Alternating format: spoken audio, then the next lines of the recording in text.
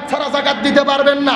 1 নম্বর হলো ফকির, যে একেবারে অসহায় চলতে পারে না। 2 নম্বর মিসকিন, যার কোনো সম্পদ নাই, তাকে জাকাত দিতে পারবেন। 3 নম্বরে দাস মুক্তি, আগেকার আমলে দাসের প্রথা ছিল, মানুষেরা মানুষের অধীনে দাস থাকতো, এই দাস থেকে মুক্তি করার জন্য জাকাত দেওয়া যাবে। 4 নম্বর ঋণ মুক্তি, যেই গরিব মানুষ ঋণের মধ্যে পড়েছে, ঋণ থেকে মুক্তি পেতে পারে না, ঋণ মুক্তির জন্য জাকাত দেওয়া যাবে। 5 নম্বর মুজাহিদ, যারা জমিনে দিন কায়েমের আন্দোলন করে, ইসলাম প্রতিষ্ঠার কাজ করে, এই জমিনে আল্লাহর কায়েমের বিধানের প্রতিষ্ঠার কাজ করে, এই মুজাহিদ যারা, এদেরকেও জাকাত দেওয়া যাবে।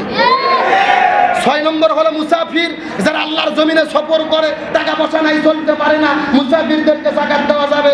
আর আপনার 8 নম্বর ফকির, 2 নম্বর মিসকিন, 3 নম্বর দাস মুক্তি, 4 নম্বর ঋণ মুক্তি, 5 নম্বর মুজাহিদ, 6 নম্বর মুসাফির, 7 নম্বর যারা জাকাতের টাকা আদায় করে। অন্যান্য ধর্মাবলম্বীদের জাকাত দিলে তারা যদি ইসলামের পথে ফিরে আসে, তাদেরকেও জাকাত দেওয়া যাবে।